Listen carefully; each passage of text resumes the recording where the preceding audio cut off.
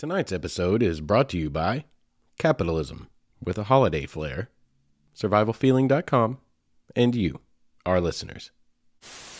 Driving in St. Louis is kind of like a really good metaphor for life. Trust no one and expect to be traumatized.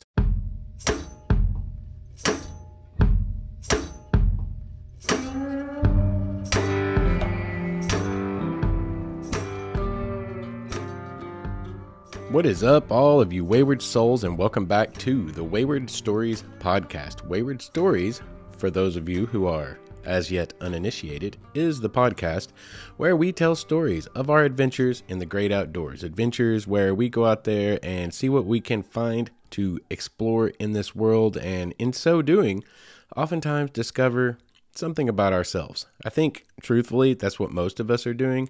We're out there to explore nature, but I think subconsciously what we're really doing is exploring ourselves and out there looking for ourselves. I know that's what I'm doing, at least. I am happy to have you guys back here with me tonight, and I am elated. There are not even words to explain how excited I am to be back here in the studio this time. Y'all, this last 3 weeks of work has been a whole dang thing. It has been a whole dang thing. Let me tell you something. It's gotten cray-cray, okay? Shipping, receiving, all that kind of stuff. This time of year, as you might suspect or know, it gets a little wild. This year is no different than any peak season I have ever worked before, but, I don't know. People were especially crabby this year. Might have something to do with the fact that there's like shortages of the strangest damn things that you can ever imagine. Like, that's getting a little bit annoying. I'm getting a little bit back to my old apocalyptic prepper days. Like, I'm like, you know what? I need to buy all the things. I go to Walmart. Ooh, look, they have one of the things I need. I should buy everything they have on the shelf, because chances are I can't get my Fig Newtons next week. You know, it's getting weird. It's strange stuff, like weird little food items. It's like, I didn't know anyone else even ate these, but there are none left. Apparently, they're a hot ticket item. It's getting weird. And so people are getting a little bit crabby. We're getting a little bit cranky. There is a particular employee of the UPS store in Festus, Missouri, who is not a big fan of mine right now, because I may or may not have had to articulate the nuances and the intricacies of how the cow ate the cabbage to him, maybe possibly, unfortunately, in front of a lobby full of customers. But he was being a whole jerk. He wasn't kind of being a jerk. He was being like one of the biggest jerks I've ever had to deal with. So that was a thing. So it's been interesting. But you know what? On the good side of things, I've also had some really nice people like come up and talk to me. I had a gentleman, I had no less than, I would say, a half dozen people come up and offer me something and ask if they could pray for me, which I allowed them to do, whether or not I agree with their point of view on spirituality or not. It was all about the intention of their heart. So I let them do what they do, because you know what? We can use all the help. I can use all the help I can get right now. But it's been, also one of them gave me a jar of honey. He's a beekeeper. I got a jar of like raw, unadulterated, God, I don't even remember. I used to be into that whole thing, but you know, where they don't heat it, where it's basically unprocessed. Basically, whole jar of unprocessed honey. That was very kind of him, and it came with Bible verses. It was very nice. So it's been a little bit of a contrast this year. It always is, but this year, I think especially, people have been especially crabby. And yeah, it was rough, y'all. 21 days, like sleeping on a couch in a basement, because that's how our living quarters have become arranged, and doing on average 180, 185 stops a day. Like, we were going at it, y'all. Like, trust me, I earned every single penny this trip. And, you know, I rolled in about midnight last night, and I spent all of this morning shopping. Y'all, when you put your life on hold for 3 weeks at a time, you know, and you try to let your groceries dwindle down so stuff doesn't go bad, you know, there's only so many things that'll keep in the freezer, et cetera, et cetera. When you come back, it's like you feel like you spend a whole stinking week's worth of pay just restocking the house in half a day doing it. I spent all of the money this morning, and right now I'm really, really feeling pretty sick to my stomach about it. However, I shouldn't. It's groceries, and most of it was stuff for my daughter. So, like, I shouldn't feel guilty, but, like, I just hate spending money. Like, I have whole trauma. Like, I have this whole, like, childhood poor trauma thing that goes through my brain. Like, I grew up, eating a pound, you'd eat beans for a week because they were like 79 cents a pound. Go to school with holy sweatpants from Walmart, only to be made fun of by everybody. Not good memories, not good times. And so now as an adult, I get money. I don't want to give away money. Like, I do not like to spend money. And so, yeah, so it's been a whole day. It's been a whole 3 weeks, but I'm sitting here in the studio right now talking to you, and I am very, very happy about that. This episode is coming with a holiday flair. Not really. It's not. It's dropping the night before the dawn, before the day, before the night, before the eve of Christmas. That was complicated, but it's dropping on Wednesday. Christmas Eve, I believe, is on Thursday. I should probably look at the calendar. And of course, Friday is Christmas. So anyway, this is a holiday episode, but we're not really going to talk about anything holiday related. However, we are going to discuss some magical places out there in the world that I personally have stumbled upon in my time. It is that season, right? It's the season where everyone likes to, suspend their disbelief. It's a little bit like Halloween and believe in that big fat hairy elf man. And, like when you come to like the Jewish faith, you have the miracle of the lamp oil, which is what Hanukkah is all about. Why it's a festival of lights. Like, it's just that time of year. It's a time of year that everyone likes to be a kid again and believe in a little bit of magic. So tonight we're going to talk about some really special places that I've come across in my travels over the years. And growing up, not even during travel, some of them are right here close to home, but that have a little bit different feel. There's something about them that makes them more special and a little bit more magical than maybe some of the other places out there. That said, it's not going to be any of the places you're going to expect me to say. I bet right now you're thinking, Justin, I know what you're going to say. You're going to say Yosemite. You're going to say Grand Canyon. You're going to say Joshua Tree. You're going to say, no, actually, I'm not going to say any of those things. I've been to a lot of them, and they are awe-inspiring and beautiful. Go back to the beginning of this podcast series 30-something episodes ago now, and I talk about some of those things. But this is different. This isn't about like awe-inspiring places with vast expanses of grandeur. It's not about that at all. It's about something a little bit different, something a little bit more intimate, something a little bit more personal, perhaps. But yeah, that's what we're going to talk about tonight, is some magical, cool places that I've been to in the world. But before we get going into that, how are you guys doing? Sounds like you're doing probably a little bit stressed out. That time of year for most of you, Christmas is bearing down upon you, and you got lots and lots of stuff to buy. And right now, the stores, they're absolute chaos. And like I said, the shortages of oddball items, it's not helping. It's not helping at all. Y'all, something I want to talk about. Like, there are some things that, first and foremost, I've driven in many, many cities in this country. This podcast is about exploring the great outdoors. It's also about travel a little bit. So let's talk about this for a second. This is kind of about travel.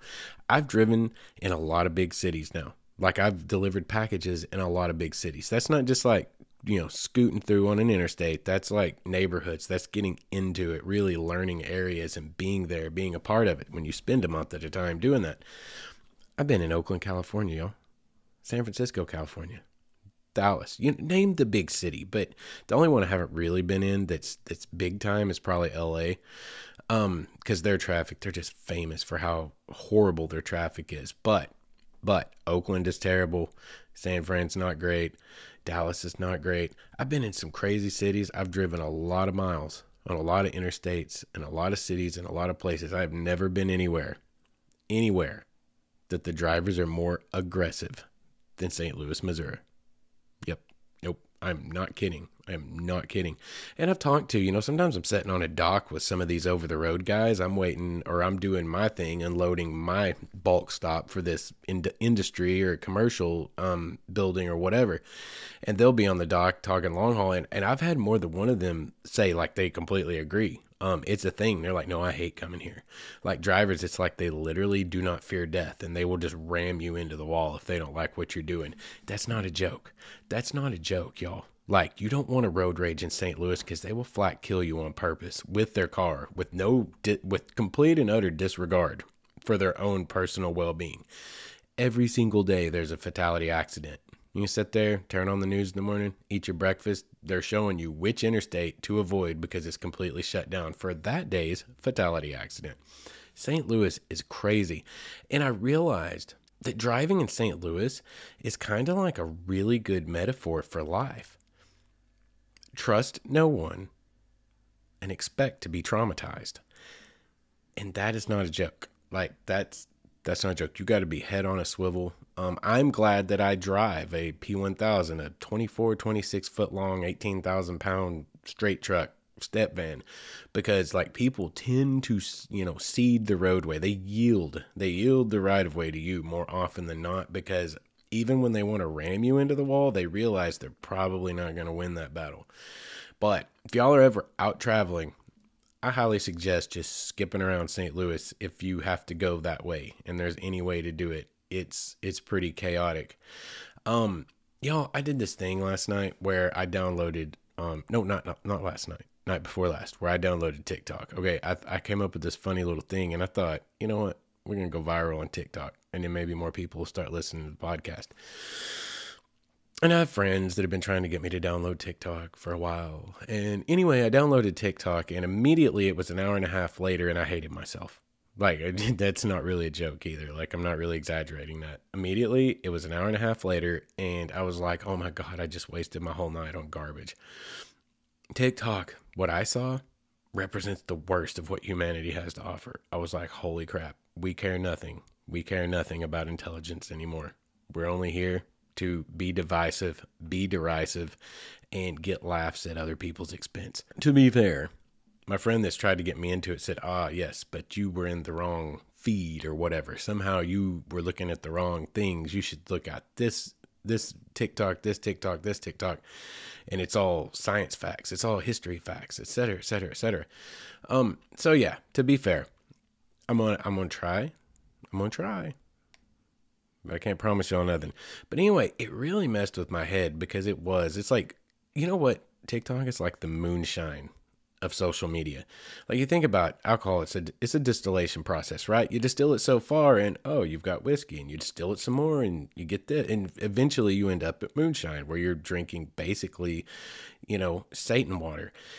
That's kind of what TikTok is. TikTok is like, okay, so Facebook, posts are way longer. You start out with Twitter, pretty short post. There's not a lot you can say, and it's mostly everyone did it through typing things, right? You could put a video or whatever, just like any medium. But then you get, Facebook takes over as the really big thing. And then it's people writing long posts, et cetera, or like they're semi-lengthy. It's more of an engaging process.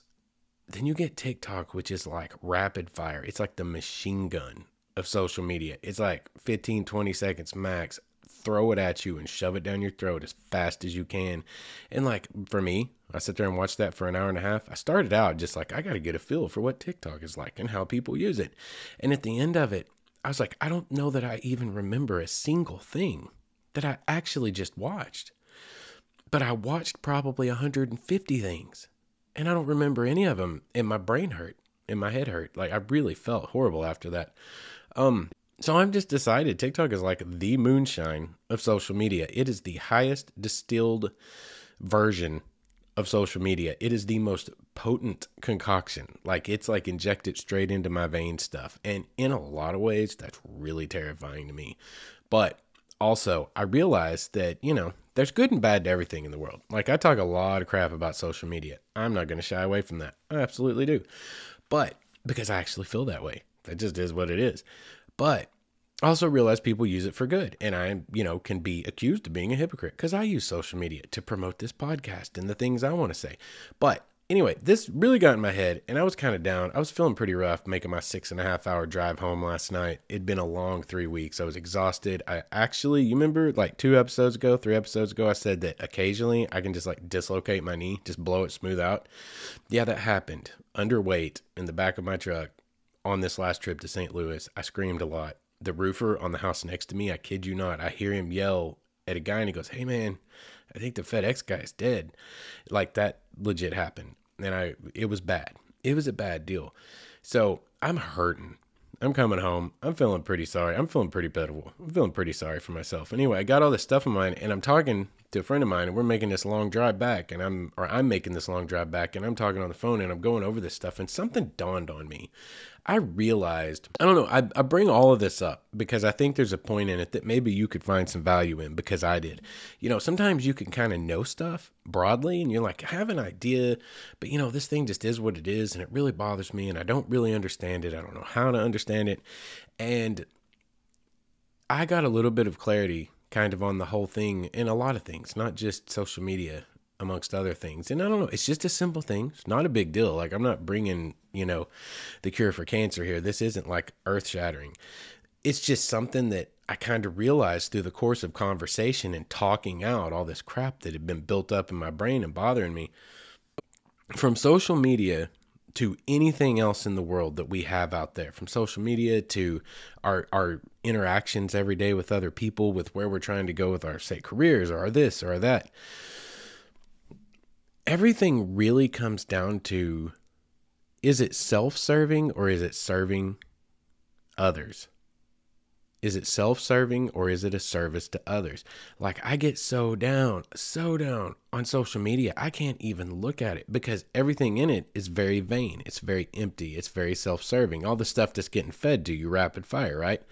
And like my brain doesn't like that. I do not get down with that point of view in the world. Like I'm not going to dog on anyone that is happy to be pacified by that, our newest choice of drug in this world.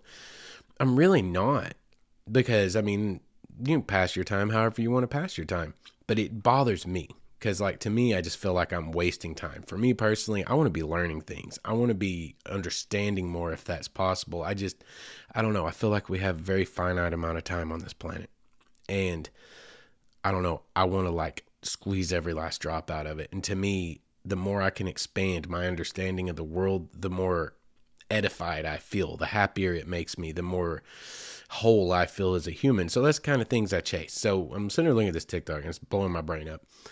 But I realized like what it really comes down to is what are you using it for?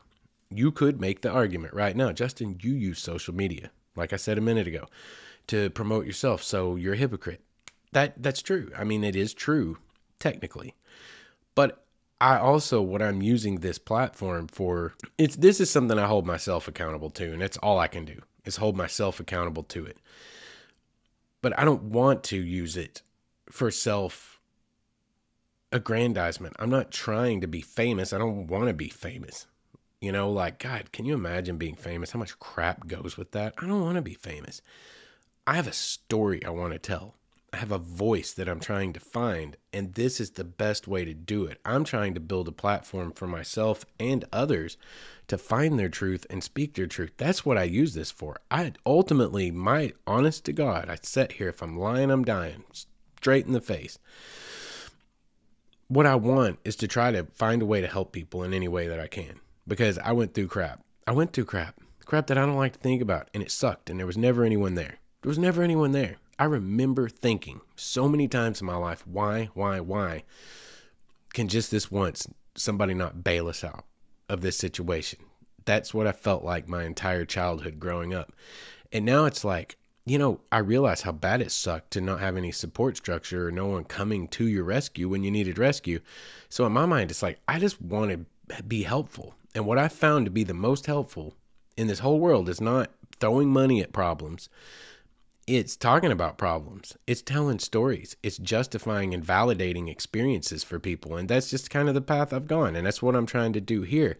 So yeah, you could make that argument, but I'm trying to hold myself accountable to, I don't want to be famous. I really don't. I just want to speak. But if you're using all those platforms if it's really just truly about trying to get all the attention you can get, I think that's what blows my brain up. Because it's like, oh my God, what are you doing with all that attention? It's nice. I mean, you're getting that dopamine kick, you know, that's science. We've proven that. You're getting that dopamine kick you're after, and that's great. But in the end, it's not, what are you building? Like, you're not building anything. You're just, you know, kind of inflating your own ego. And I mean, that's good for you. But in the end, it deflates. There's nothing on the other side of it. Like when you're trying to build everything for yourself, I don't know. I've just found, and I've been selfish in my life, that being selfish and doing things that are self-serving, they never really truly end the way you want them to. It never really works out the way you want it to work out. But when you try to build others, when you try to serve others, like you sleep really good at night. You know, you feel like what you do is meaningful. And I think that's just, I don't know, just something to consider for you guys to think about. You can really distill down a whole lot of everything that goes on in this world, because there's good and bad to everything that's out there. And truly, I think a whole lot of it, probably the vast majority, can be taken down to one simple core root, one simple seed. And it's, what's your intention? What are you doing things for? Are you doing things for empty reasons that mean nothing and are just to serve yourself? Or are you doing things to try to better the world, better your little world around you, just your small little space on this planet, your little chunk of the pie? Are you trying to make things better for other people? Are you trying to serve people? And I think that just, I don't know, it just was a great deal of clarity to me. It's like, wow, you can really just break things down to this simple equation and kind of understand why you feel the way you feel about it, whether it turns you off or it turns you on. And I don't know. Anyway, it was just a thing to me. And I feel like this is, again, we're in the holiday season. It's supposedly the season of giving. And I've seen both sides of it for the last, well, really 6 weeks. But this last 3 weeks was killer. I've seen the worst extremes of both sides of it every day, 13, 14 hours a day for the last literally 21, 23 days straight. I don't know. It was just meaningful for me to realize that. And maybe it could be useful to some of you guys out there. Anyway, let's get on. Let's get on to talking about some of these special places out there. Like, I don't know, you guys may have noticed, any of you that are watching on YouTube, you've noticed I am wearing my new glasses. This is amazing. I can read my outline right here in front of me. Let me knock the mic off the stand there. I'm reading the outline in front of me and I can see it clearly. Now, it's almost like the rain is gone. I can see all the obstacles that are in my way. This is mind-blowing. And yeah, the only thing I see here is my ring light. I can see the reflection right here, and it's coming right at y'all. It's probably messing with some of y'all's head. I'm trying to keep my head turned this way. I'm going to figure that out later because I have much to do and less time to do it in. We got to get this episode cranking. So, what is it that I am talking about when I'm talking about magical places or certain, kinds of special places, places that are different than what you're used to running into out there? Because we go out there, like especially here in Arkansas. Any of my Arkansas listeners, you're going to know. Like, you go to Big Bluff, you go up on the goat trail, you go and you float the buffalo below Big Bluff. The right time of year when you can do the upper buffalo in the spring and the water's there to do it. You put in at Ponca and oh my God, it's amazing. It's breathtaking. It's awe-inspiring. But that's not exactly the kind of thing I'm talking about. I know where all of y'all's brains is going. Hemmed in Hollow Falls. And for all of you listeners outside of my little world here in Arkansas, you probably are thinking like, yeah, the Grand Canyon's got to be one of those places, right? I've been there. Holy cow. It just blew my mind. I've been to Yosemite. I saw El Cap. I've been up. I've seen the Fire Falls. Like, yeah, there are some things like that out there that are absolutely a cut above the rest for what a normal day hike would be, right? They're special places. I'm talking about places that are a little bit more intimate than that. Places that there seems to be something else going on there. And I don't know how to explain this without it starting to sound too woo-woo. Honestly, like, I am a very spiritual person. I've talked about that in the past. And I've been, intentionally vague about it. I find that mysterious is fun for everyone, but it's also divisive. If you knew what I believed, then you'd have all the reason in the world to argue with me. There's no reason for that. We don't need to be arguing about nothing. We're out here just sharing our experiences so that we can learn from each other and possibly broaden our own perspectives. But to me, there are certain places on this planet, when you go there, you feel something different to it. It almost, if you are the spiritual kind, it almost feels spiritual, like there's something special there. There's almost a sentience to certain places. These places we're going to talk about tonight, when you walk into them, when you find yourself there, you almost feel like you're not alone, even if you're alone. You almost feel like the land itself, the forest that you are standing in, or whatever area, whatever biome it happens to be where you find one of these places, you almost feel like it in and of itself is its own personality. It feels like an ancient place. It feels like somewhere that's perhaps been mostly undisturbed or unexplored forever and ever and ever. And you kind of get a sensation that I'm standing in a place that's very, very close to what it was like thousands of years ago. I'm standing in a place that transcends the reaches of tourism, a place that goes beyond the everyday mundane hike, and you're somewhere that goes into another realm that is, again, for some people and myself included, an almost spiritual place. And for others, it may just be recognized as, if you're not a spiritual person, say you're an atheist, you may just recognize it as, wow, this is a really special place. There are a lot of things that came together for this to be what it is right now, that it's just a cut above. This is not the everyday. This is not the everyday. This is special. And that's the kind of place I'm talking about. I'm going to talk about 4 or 5, I think, tonight. I just thought of one as I was speaking that came to mind, and I'll probably throw it in as well. The first one I want to talk about, though, is we're going to talk about a place that is in California, the Central Coast region of Cali. Okay, it in and of itself is an absolutely mind-blowing masterpiece of nature or of creation, however you want to look at it. It doesn't matter, honestly. It is mind-blowing. The Big Sur region specifically, we've talked about it, and we're not going to talk about it again here tonight, but we've talked about it in the past, and it's special. For me, I found myself there.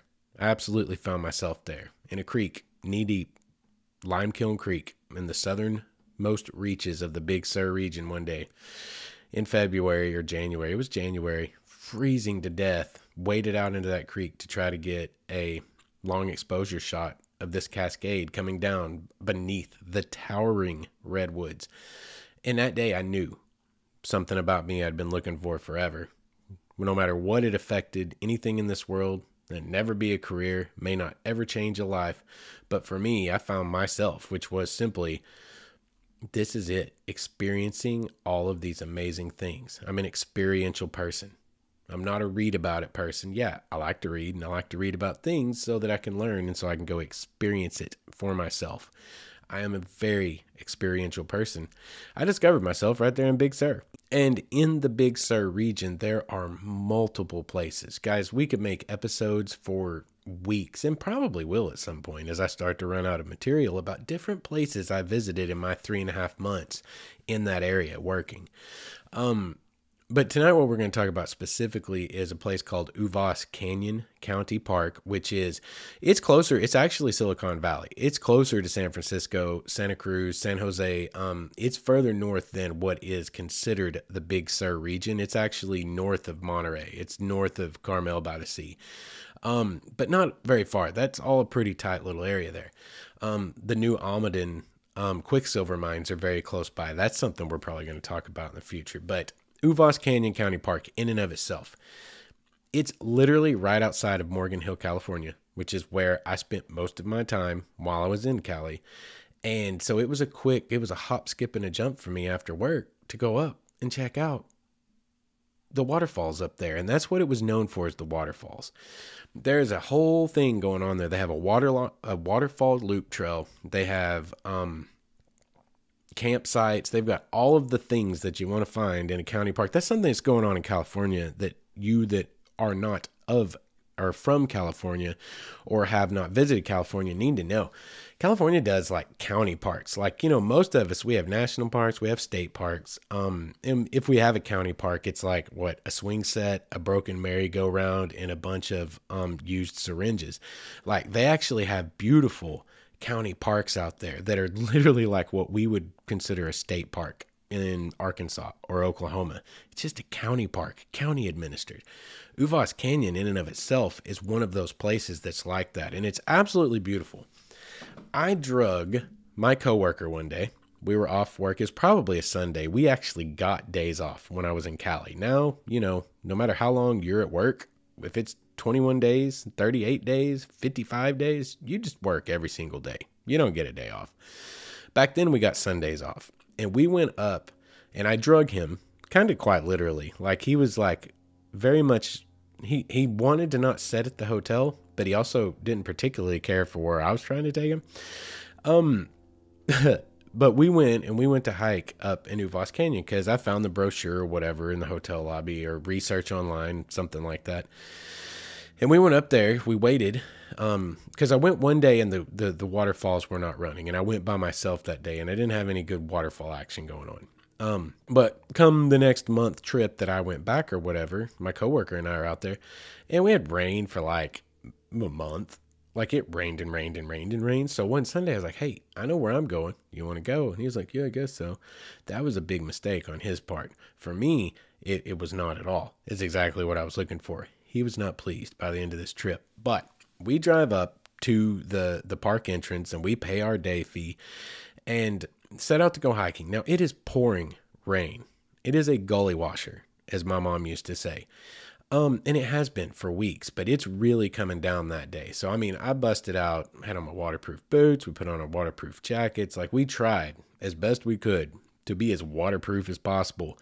It did not matter. You remember Forrest Gump when he said, God, I'll butcher the quote here, but essentially sometimes it felt like it was raining up at you.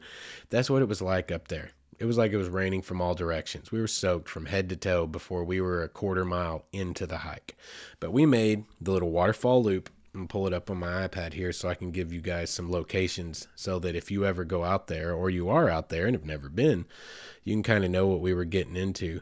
There are 7.2 miles of hiking trails in Uvas Canyon County Park. Right now, just by the way, need to throw this in here. I mean, it's one of those things. It's open sunrise to sunset.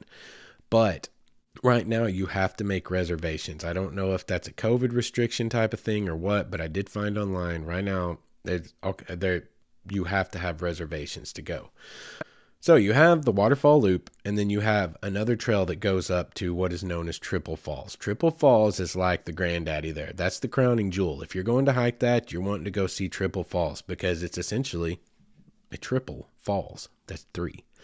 Trace. Falls that kind of connect together as they come down. It's kind of like three cascades as it works its way down the mountain. So we go up. There's a ton of elevation gain involved here over a very short amount of space. It's not a big picture ton of elevation gain, but I'm talking 600, 800 feet in less than 1.5 miles to 2 miles as you go up. But that's what made this so magical to me. This is what we're leading to, is why this place was so special to me. We, at least from my perspective, I was living out what it's like to be on the central coast of California. And for those of you that are unaware, it's kind of like the Pacific Northwest. We're all aware it rains all the time. There's huge, beautiful mountain ranges, ocean, coastline. That's what Central California is like too. So I'm there in a pouring freaking monsoon that's like what San Francisco and the Central Coast and all that is known for, hiking beneath the redwood forest canopy up a steep frickin' mountainside on my way to look for a waterfall in a pouring rain. The fog was hanging in the valleys all around us. We reached certain points. One of them, I believe, was Manzanita Point, which is on its way up to Triple Falls, and there's a little bit of a lookout there. Yeah, it's been 3 years, y'all. So if that's the wrong location, I apologize, but there's a lookout right on the curve in the trail, and I believe it's what's on this map is Manzanita Point. And we look out over the valley, and the clouds are below us. We're looking down on the tops of the fog hanging in the valley below us, but also it's cloudy above us, and we're kind of like in this window of, I don't know, clarity with maybe 1 mile visibility, but the ceiling's like 1,800 feet and we're at like 1,600 feet. That alone was kind of magical. The feeling that whole day had to it was really, really a beautiful feeling for me, which was the feeling of I am truly experiencing this hike in this moment, in this place, this ecosystem, this biome. Like, we're on the coast of California. We're on extremely steep trails that are slicker than greased owl snot, soaking wet from head to toe, freezing to death, hiking up through a redwood forest in a monsoon. This is living life. I am beside myself. My coworker was ready to kick me into next Tuesday. He was miserable. He was so miserable. That poor guy, I swear I think he nearly died that day. Like, he was so miserable. But it was a magical, magical afternoon for me personally, because of the experience I was living. To me, that's what this world is all about, man, is to go out there. It's beautiful. It's diverse. It's incredible. And it's meant to be experienced. It's meant to be explored. It's meant to be enjoyed in the most thorough way possible. And I cannot think of a better way than to be completely soaked by the quintessential, the iconic Central California rainstorms, hiking up the sides of mountains so steep that at any moment you feel like the entire side of the mountain could slough away in a also iconic / quintessential coastal landslide. Like, that was kind of what's going on up there. There's redwood trees just piled in the bottoms of gullies where there have been previous landslides. There were so many things going on there, and it was almost an overloading of the senses in a really good way. Well, we get on up and we finally get to Triple Falls. And as we make our way up the valley, it's basically at a point, it's one way in. You can go on up to an old logging camp area, which is really interesting to explore, but you have to hook off the trail and you go up to Triple Falls, and you're basically hiking a very narrow trail straight up the side of a mountain. It's a wash. It's a gully where the creek's coming down. It was treacherous in places. We nearly got bowled over by those weird little stumpy deer that California has coming out of the brush and just bailed off the side of the trail. This deer just, choom, there he goes. And I was like, oh my God, that deer just committed suicide or something. And we went and looked, and he was down at the bottom, standing there flicking his tail, looking at us like, you can't do that. Come at me, bro. Like, it was mind boggling. But the elevation changes. You're walking on a trail with like a 60-foot drop right next to you. And it's not like a rock bluff drop like we're used to here in Arkansas in the Ozark Mountains. No, it's like dirt. It's like dirt and mud. And you're like, God, when is this trail just not even going to be a trail anymore? They can't keep that damn Highway 1 from falling into the ocean. How are they keeping this trail from falling into this gulch? But it was wonderful. It was absolutely, there were things that were a little bit sketchy, but like, I didn't care. We're climbing over the roots of redwood trees, like, and down through these washes where the trail has washed out. It was the real deal, y'all. But we get back in there. We get all the way back in there and finally make it to the Triple Falls. You hear it before you get there, and then you see it. And it is kind of awe-inspiring. It's not a huge waterfall. It's, triple kind of, like I said, kind of a triple cascade, but it's not like mind-blowing waterfall. It's not Hemmed In Hollow. It's not Bridalveil Falls. It's not Upper and Lower Yosemite. It's not Niagara. It's none of those things. It's just kind of a tiny, subjectively speaking, tiny waterfall up in this valley. But that's not what was amazing about it. It was that there's this beautiful waterfall falling amidst the washed out roots of redwoods, towering redwoods. Like, you are dwarfed by redwoods. You feel like, if you've never been into the redwood forest, you have to go do this, okay? You have to. Because you feel like you are in a movie. Like, maybe you're in Middle Earth. Maybe you're in a Lord of the Rings type of scene. You feel like those trees are so giant, you feel like you're in another place. You don't feel like you're on this planet anymore. And you're up amidst these trees, amidst their giant root structures where they've washed out. The creek is, undercut through certain parts of certain trees' root structures. And you're like winding your way through all this. And suddenly you're standing there in front of this waterfall, falling down in this almost subtropical, almost rainforest-esque feeling area. The only way you know that it's not a rainforest is because you're freaking freezing. It looks it, it feels it. And it was just an incredible place to be. And in that moment, I'm standing there looking at this waterfall. My coworker is dead on the trail somewhere behind me, so it's all me here alone, trying to take a picture of this waterfall, which didn't happen. I don't have a picture I can share with you because the rain that day ruined my camera. There was no way to protect it anymore. There was no way to protect it. Once I pulled it out, no matter how much I tried to shield it, again, it was raining from all directions. There was no way to shield it. And my camera was ruined, and I lost all whatever pictures I took that day. But I do have a picture in my head, and it was beautiful, and I'm going to try to describe it to you here. I'm standing there alone in this moment. I'm in an incredibly uncomfortable position on a trail that's probably less than 6 inches wide at the furthest point up that I can actually go, because at this point, there's nowhere to go but down several feet, like break your legs, possibly, more severe injuries than that, fall. I'm at the very extended length of how far I can go to get to this waterfall, trying to take a picture of it in this rainstorm. And as I sat there realizing my camera wasn't going to work, I just finally stopped with the camera, and I just sat there and I pondered that waterfall, and I looked at the environment that it set in. I looked around it. I'm looking at these trees, these giant towering trees, these big dramatic elevation changes, the mountain going above me and the gulch washing out beside me. And I just felt like I was somewhere ancient. I felt like I was somewhere at a different time in history, that I had traveled back in time. It just felt like I was immediately transported to another era in the saga of this earth. And it felt special. It felt like you weren't alone. It felt like that land had its own memory, that it had its own personality, that it was almost sentient and knew you were there and knew why you were there and was going to respect you for why you were there, but has in its pocket the ability to not respect you anymore if you're not there to respect it. Am I saying that that is what happens in places like that? No, I'm not. What I'm saying is it's the kind of feelings that it invoked inside of me. Personally, I think my connection to nature, wherever it came and whence it might go, I know not. But wherever it came from, wherever it's inside of me, that's it right there. The connection I feel to that,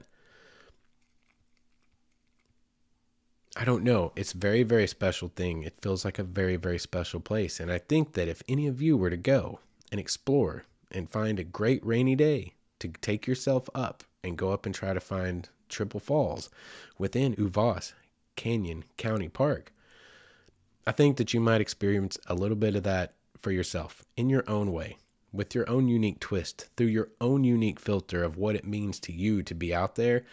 I feel like that place has that kind of value to anyone who might want to go out and adventure and see it. Again, the Central Coast of California, y'all, there just aren't words. There just are not truly words, and pictures can't even do it justice. Video can't do it justice. You have to go. You have to see it for yourself. Let's move on to a couple of our other places that we wanted to talk about. These are even less well known, and two of them, I don't even know where they are. I could take you to the general area of where I stumbled upon them in my youth, but I don't know how to get back to them. I may go on some adventures someday to try to find them again. But these two were like my introduction to, at least for myself, that I felt like there's more out there in the world, that there is something possibly spiritual about some of these places in nature, that there may be something just a little bit ancient, a little bit sacred to this land that we walk, to this world that we live in, to this earth on which we reside. And it helps me to realize too, being the history nerd and the anthropology nerd that I am, it becomes real obvious when you run into a place like that for yourself. It becomes real obvious, like, you know what? It's not a big leap. It's not a big leap of the imagination to understand why certain places on this planet became holy sites, became shrines, became sacred places to different peoples and different religions throughout history, because some places just feel special. They just feel different, whether they actually are for any truly supernatural purpose or not. It's simply the aesthetics of what you're looking at, and it just evokes that feeling. It matters not. It matters not. But it's not hard to understand why certain places became that to certain groups of people throughout history.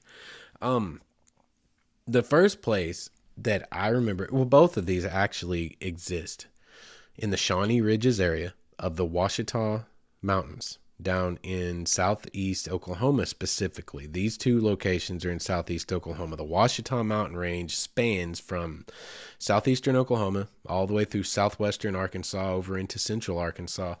Beautiful mountain range, one of the oldest mountain ranges on our continent. And that's why it's somewhat shorter than the Appalachians or the Appalachians. And it's shorter than the Rocky Mountains because it's older than them. It is weathered and eroded for time immemorial longer. Like, I'm not going to throw out numbers to get everyone in a tizzy so we can have an evolution versus creation argument. We're not doing that. We ain't doing that here. But they have eroded for a much, much longer geologic age than our greatest mountain ranges. They're older than them. And that also maybe that plays into why they feel ancient in and of themselves. But both of these places are in what is known on a topographical map, if you go and look for yourself, the Shawnee Ridges area of the Ouachita National Forest. It is south of Hodgen, Oklahoma, Heavener, Oklahoma, but north of, say, Mena, Arkansas, Waldron. It's west of Waldron, north of Mena.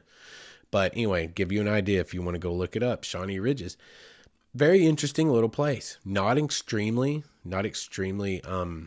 dramatic mountain ranges, like not as much as the Ozarks are, but still very, very unique all their own. We have loblolly pines, what they call loblolly pines. We have big pine trees, and they get harvested down there quite frequently. So we don't have tons and tons of old growth pine forest down there.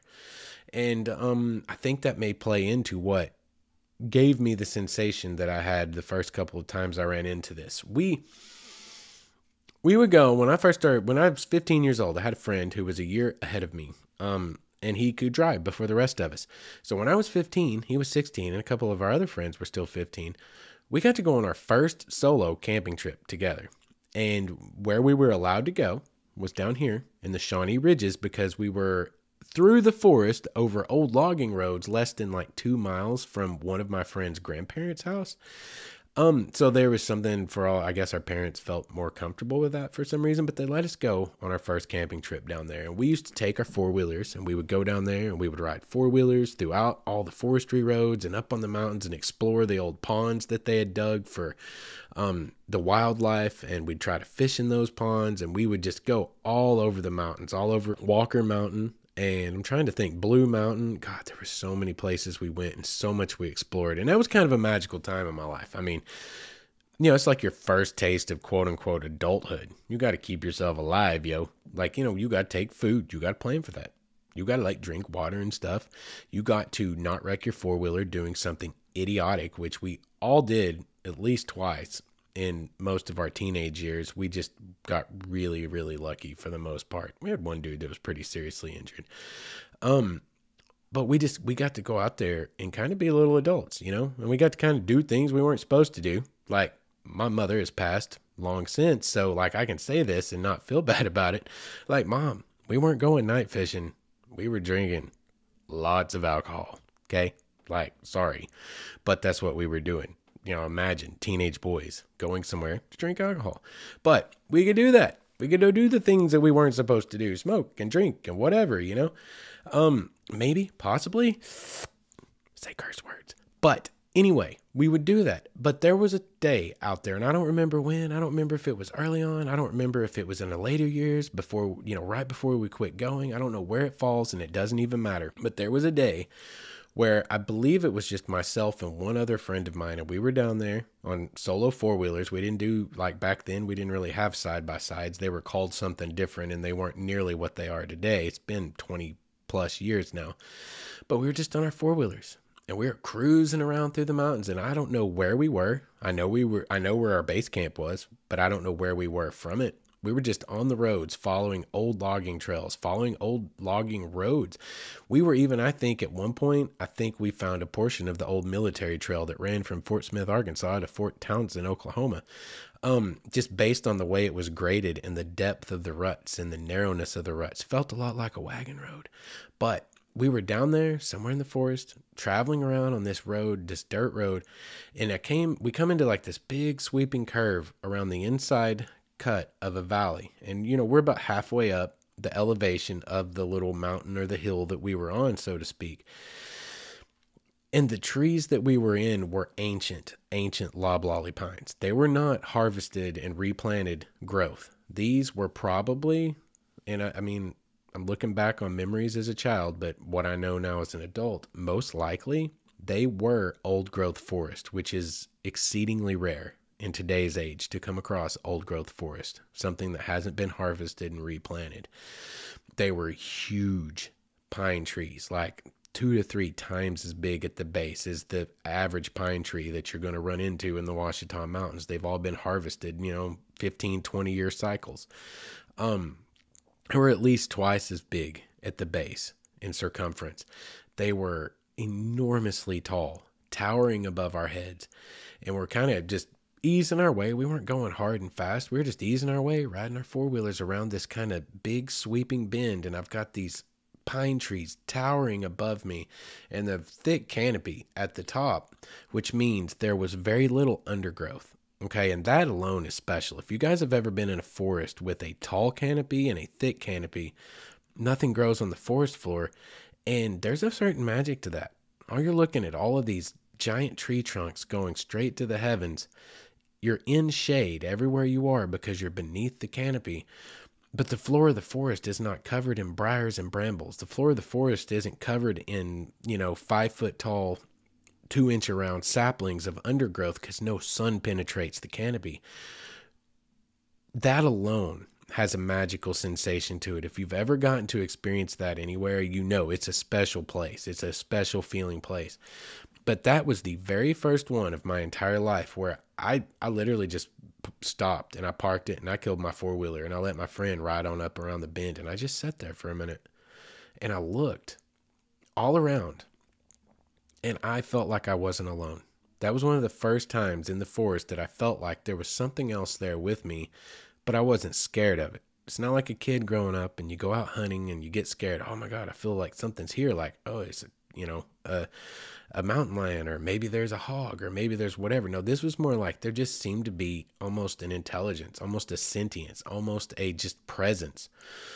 And it just felt ancient. It just felt sacred to me. It felt like this is a very incredibly special place, and it gave me feelings that I cannot describe to you. I am not currently articulating in any way, shape, or form exactly how that made me feel, because I don't know that there are words for it. I'm struggling to find them as we speak. But if you've ever experienced anything similar to that, then maybe you have an idea of what it is I'm kind of describing here. There's something about it that creates an intense sense of reverence. Holy crap. All 3 of those words rhymed. An intense sense of reverence. Like, I need a sick beat. Somebody drop me a sick beat. There's nobody here. Okay. But yeah, perhaps those words, maybe that phrase will help you to kind of get an idea of what it is that I'm talking about. But I will never, ever forget that day. I won't. I've thought about it on and off throughout my entire life to this point. I'll never forget that day and that moment because something happened out there for me. There was not a sense of finding myself or anything, but I believe one of my first instances of a catalyst that set me on a path to finding myself and exploring what the great outdoors means to me, because there was more to that than just a beautiful forest setting before me. There was a connection that started to happen for me in that day. It's almost a clue. It was almost like finding a clue that there's more to this for you. And it looks something a lot like this. And so that was a very special day for me, and it resides in my memory and always will. And I hope that someday you guys will get to experience some things like that if you haven't already. And I'm hoping that maybe you have some of those of your own that you could write in and tell us about. I got one more that I want to talk about because this one to me, it has that feeling as well. It's a special place, but it's got an added kind of mystery to it.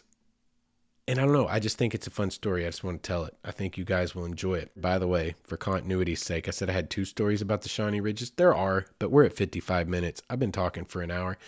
So I gave you the most important story, the most significant one of my time in the Shawnee Ridges. The other one was actually very similar to that, happened a few years after it in a different section of the ridges down in a valley, but it was the same kind of thing.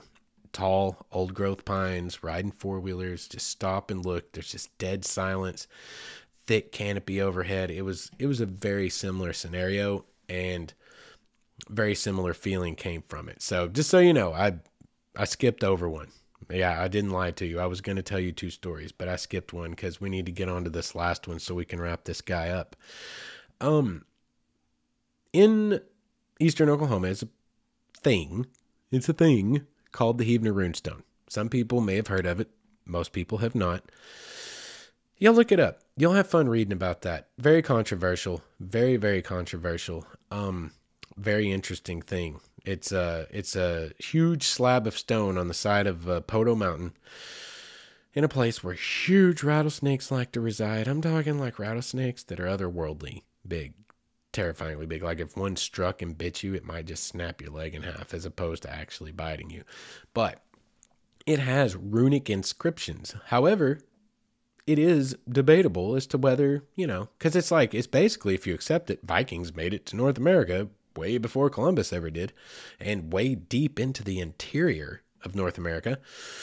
And for everyone else, they don't accept it. And there's issues with it. Like it's in 2 different scripts, runic scripts that are from different times by, I want to say 400 to 600 years. It's almost like, but there's also like added intrigue to it in that this thing is like an 8 something on the Mohs scale of hardness, this giant slab of rock, and the characters are deeply etched in, and it's like, what would it have taken someone to be a modern forgery? And we're talking modern, like the Native Americans in the area pre-1900s knew of it there, okay? So if it's in modern forgery, we're talking about modern in the sense someone in like the 17 or 1800s did it, not like in the 50s or 60s with a freaking Dremel. There's so much mystery about it. Anyway, that alone is fascinating, but that's not what's important. Okay, that's not what we're here to talk about. That's just to give you a location you can Google and also some interesting things for you to read about. And maybe you can join into the debate with all of the crazy people on the internet. But that's just to give you a location, an indicator of where I'm talking about. If you go through Heavener Runestone State Park, which now may be a city park, the state quit administering. Okay, doesn't matter. Justin, stay on subject. Okay. If you can get the caretaker of the park to allow you access through the gate at the back side of the park to travel on up onto the top of Poteau Mountain, which is doable. It's not private land. And there are other ways to get to it. That's just the quickest way. The other way is a really long trek from way over near Hartford, Arkansas. But if you go up above Heavener Runestone, there's another ridge up above where the actual runestone sets. Think of the mountain as, a big lump of dirt. 2/4, half the way up, the runestone sets in a little valley. 3/4 of the way up, you get like a little ledge and a plateau, and then the rest of the way you get to the top of the mountain. Well, if you go up above the runestone and you come back down the ridge line, the rock bluff line above the runestone, you're several, probably 100 feet higher in elevation, if not a little more. You reach a point where you're looking down and you can see where the park is. You can see the roofs of the buildings at the park to your south and west. And there'll be a giant pine tree, at least there was 12 years ago, the last time I was there, a giant pine tree growing up from beneath the bluff. Okay, you're like looking in its canopy. You're not looking at the root system and the trunk. You're looking at the canopy. You see that pine tree, there will be a crack in the rocks that works its way down to where the base of the pine tree would be, right? If you make your way down that crack without being bitten by copperheads or rattlesnakes, and you come back up the bluff line to where the base of that tree is, there is a cave in the side of that bluff line that has been rocked in at some point in history by a human being and inhabited.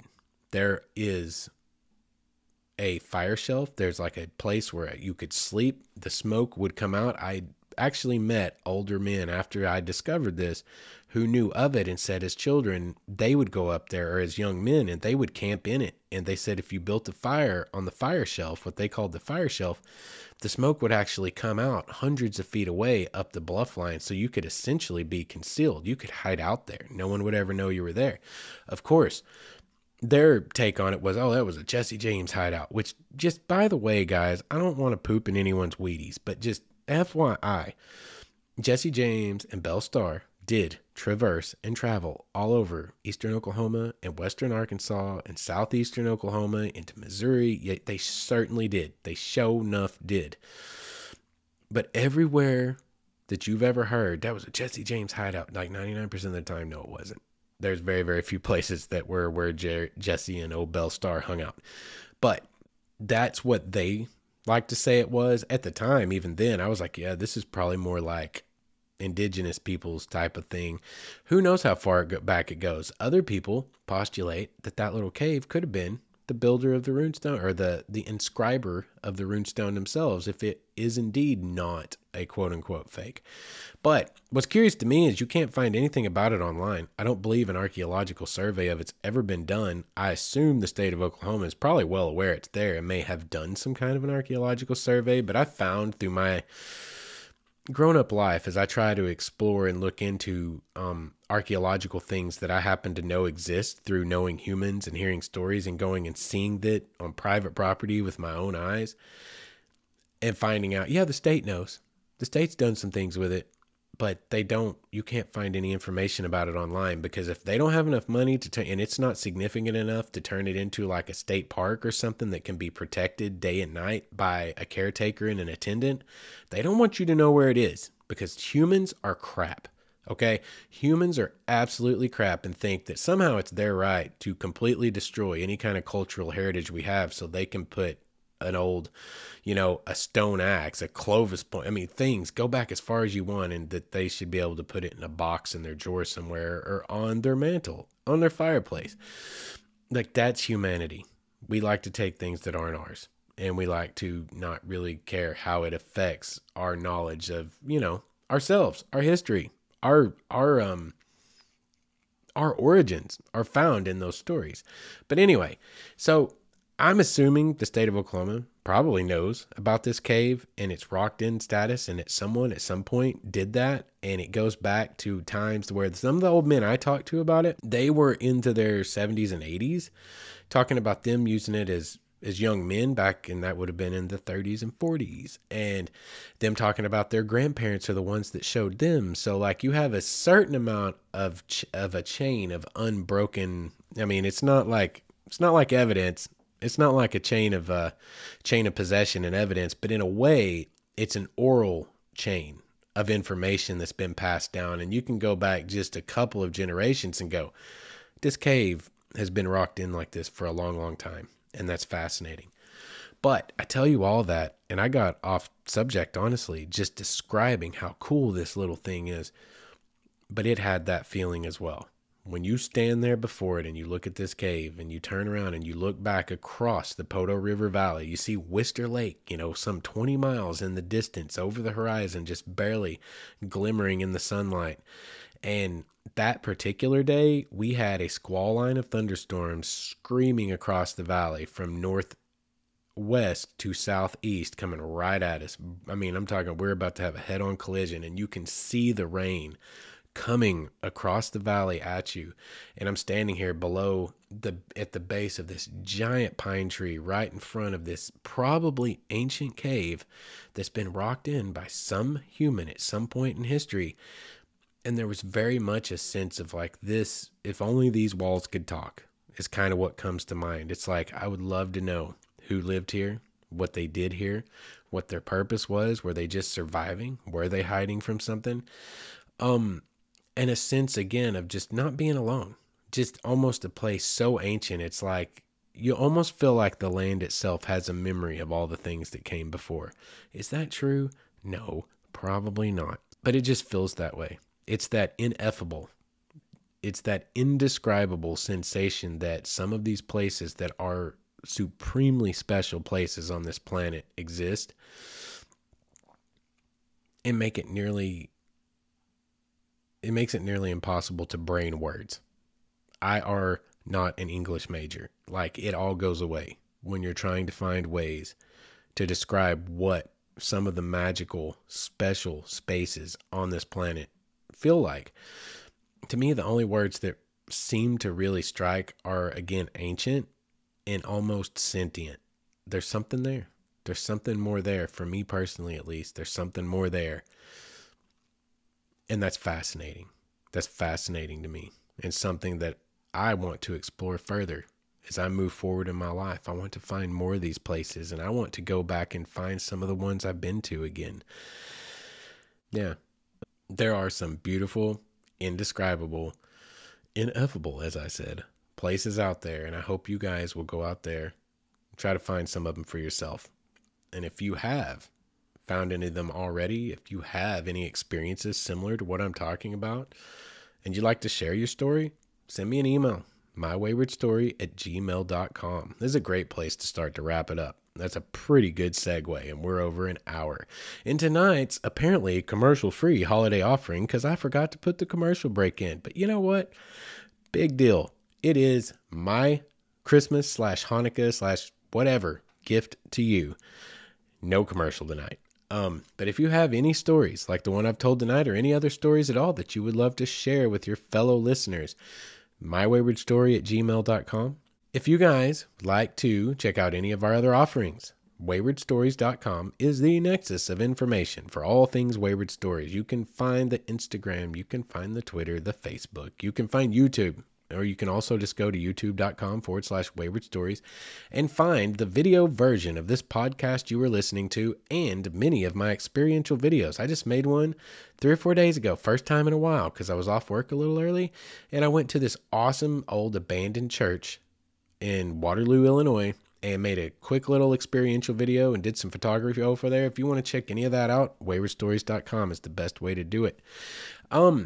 I just appreciate you guys, man. I hope that you have a great Christmas, or you had a great Hanukkah, if that is what you celebrate, or any other version of the holiday that you celebrate or do not. I hope that you are having a good winter season right now.